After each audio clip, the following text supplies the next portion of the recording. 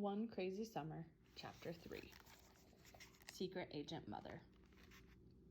The Negro lady with the snappy oval bag didn't give us a glance as she click-clacked on by.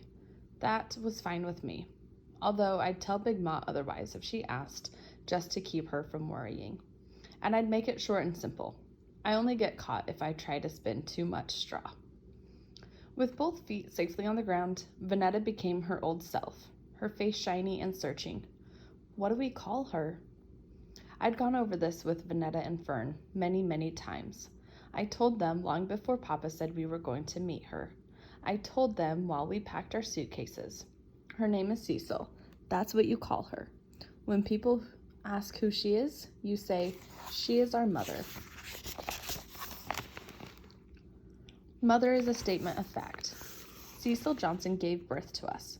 We came out of Cecil Johnson. In the animal kingdom, that makes her our mother.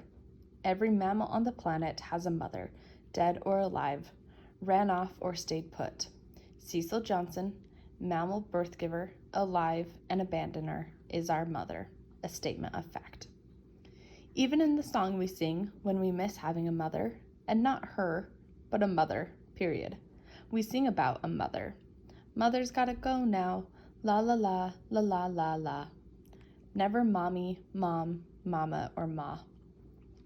Mommy gets up to get you a glass of water in the middle of the night. Mom invites your friends inside when it's raining. Mama burns your ears with the hot comb to make your hair look pretty for class picture day. Ma is sore and worn out from wringing your wet clothes and hanging them to dry. Ma needs peace and quiet at the end of the day. We don't have one of those. We have a statement of fact. Vanetta, Fern, and I stood next to the young red-headed stewardess assigned to watch us until Cecil came forward. The stewardess reread the slip of paper in her hand, then eyed the big clock mounted by the arrival and departure board, as if she had someplace else to be. She could have left me alone with my sisters. I certainly didn't need her. A man in navy overalls swept garbage off of the floor a few feet away from us. He went about his job with no expression, sweeping cigarette packs and gum wrappers into a dustpan that he emptied into a large trash can. If I were him, picking up after people who carelessly drop stuff on the ground, I'd be nothing but angry. They call it littering when you carelessly drop things. They call the careless folks who drop things by a cute name, Litterbug. There's nothing cute about dropping things carelessly. Dropping garbage and having puppies shouldn't be called the same thing, litter. I had a mind to write to Miss Webster about that. Puppies don't deserve to be called litter like they had been dropped carelessly like garbage. And people who litter shouldn't be given a cute name for what they do. And at least the mother of a litter sticks around and nurses her pups no matter how sharp their teeth are. Merriam-Webster was falling down on the job. How could she have gotten this wrong? Vanetta asked me again, not because she was anxious to meet Cecil. Vanetta asked again so she could have her routine rehearsed in her head, her curtsy, smile, and greeting, leaving Fern and me to stand around like dumb dodos. She was practicing her role as a cute, bouncy pup in the litter and asked yet again, Delphine, what do we call her? A large white woman came and stood before us, clapping her hands like we were on display at the Bronx Zoo. Oh my, what adorable dolls you are. My. She warbled like an opera singer. Her face was moon-full and jelly soft, the cheeks and jaw framed by white whiskers. We said nothing. And so well behaved. Vanetta perked up to out-pretty and out-behave us. I did as Big Ma had told me in our many talks on how to act around white people. I said, thank you, but I didn't add the ma'am for the whole thank you, ma'am. I'd never heard anyone else say it in Brooklyn, only in old movies on TV, and when we drove down to Alabama. People say yes, ma'am, and no, ma'am, in Alabama all the time. That old word was perfectly fine for Big Ma. It just wasn't perfectly fine for me. The lady opened her pocketbook, took out a red leather change purse, and scooted coins around, searching for the right amount for adorable, well-behaved colored dolls. Big Ma would have thought that was grand, but but Papa wouldn't have liked it 1 cent. Now it was time to do what Papa had told me. See after my sisters. We're not allowed to take money from strangers. I said this polite enough to suit Big Ma, but strong enough to suit Papa. The red-headed stewardess was appalled by my uppity behavior. Don't you know when someone is being nice to you? I put on my dumb dodo face to fake not knowing what she meant. What was the sense of making the stewardess stand grand over us if she refused to protect us from strangers?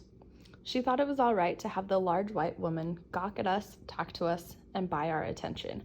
We might as well have stood by ourselves. I didn't have to shift my eyes to see mile-long pouts on Vanetta and Fern. I didn't care. We weren't taking nothing from no strangers. The lady was all smiles and squeals. Her face shook with laughter. Oh, and so cute. She put all the nickels in Fern's hand and pinched her cheek faster than I could do anything about it and was gone, as big as she was.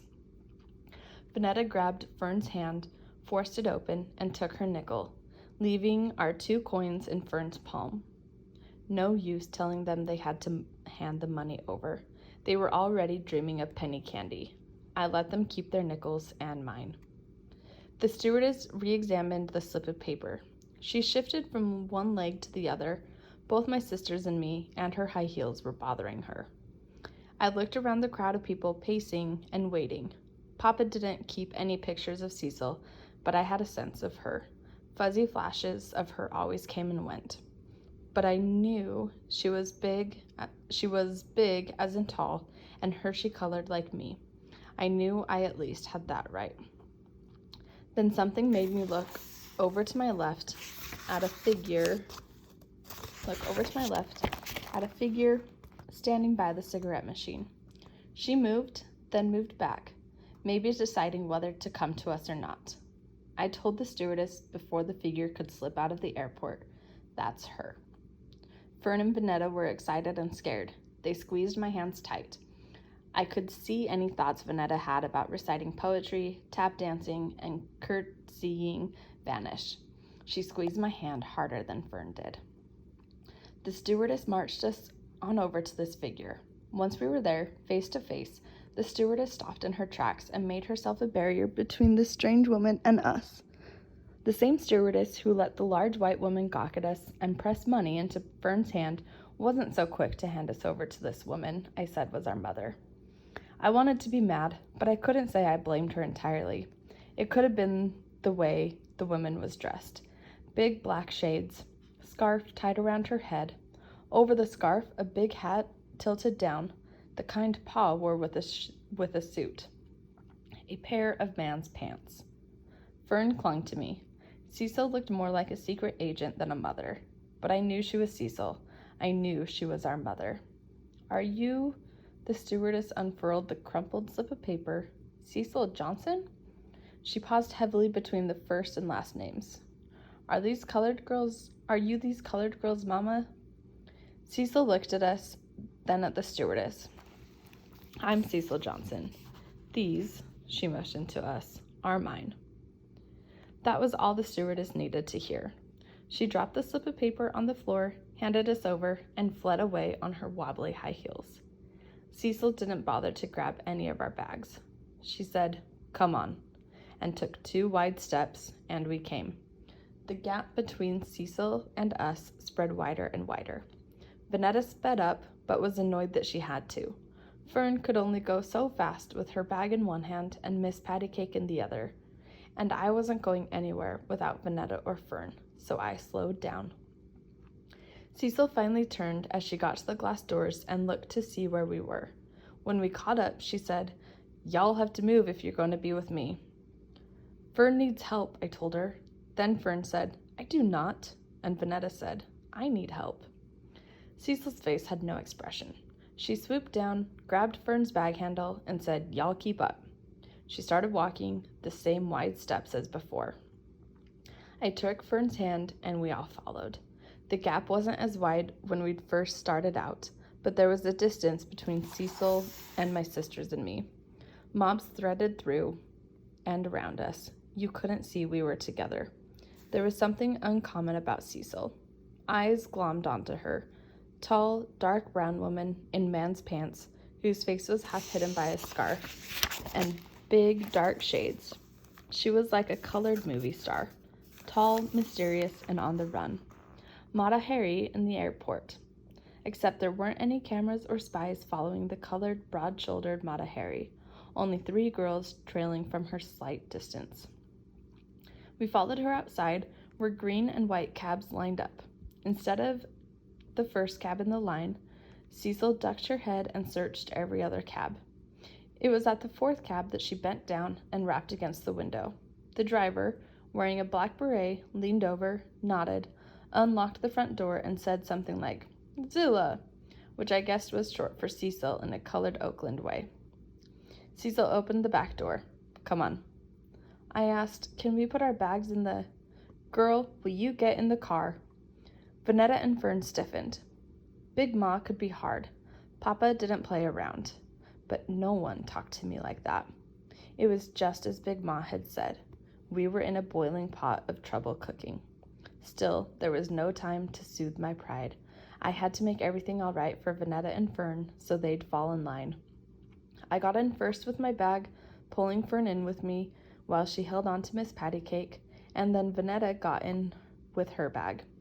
Cecil and the cab driver lit up cigarettes as we drove on. At least Papa doesn't smoke his Viceroys in the Wild Cat. Vanetta coughed, and Fern looked green. I didn't bother to ask what I could and could not do. I cranked down my window to let the air in. We were quiet, riding along, gazing out the windows at Oakland and stealing looks at Cecil. Before I could get a thought going about Cecil or Oakland, the cab driver let us out, not too far from the airport. "You live near the airport?" Vanetta asked. Cecil didn't answer. She just said, "Come on." As we walked, she hid deeper into her hat and shades, like she didn't want anyone to see her with us. Was she ashamed she had 3 girls she'd left behind and had to explain? "Who are these girls? Yours? Why don't they live with you?" Don't expect no pity from us. We were asked the same questions in Brooklyn. "Where's your mother? Why don't she live with you? Is it true she died?" Cecil placed Fern's suitcase on the bench of a bus stop and sat down. "Why are we taking the bus?" Vanetta asked. "Why didn't the cab take us?" I shushed Vanetta to keep Cecil from saying something mean. By my Timex, the bus came in 4 minutes. Cecil made us get on first and said, "Go all the way to the back and sit down." When we found seats, Cecil was with the bus driver arguing with him. 10 and under ride for free, she said. "Now give me 4 transfers." I had been 11 for a good while, standing tall, but I said to Vanetta and Fern, "If anyone asks, I'm 10. Vanetta folded her arms. "Well, I'm still 9. I am not going back to 8. Fern said, "I'm staying 7. I hushed them both down. A lot of good it did if the bus driver heard us getting our ages straight. Tell the truth, it was Cecil I worried about, not the driver. We didn't have to stay with the bus driver for the next 28 days. We had to stay with Cecil.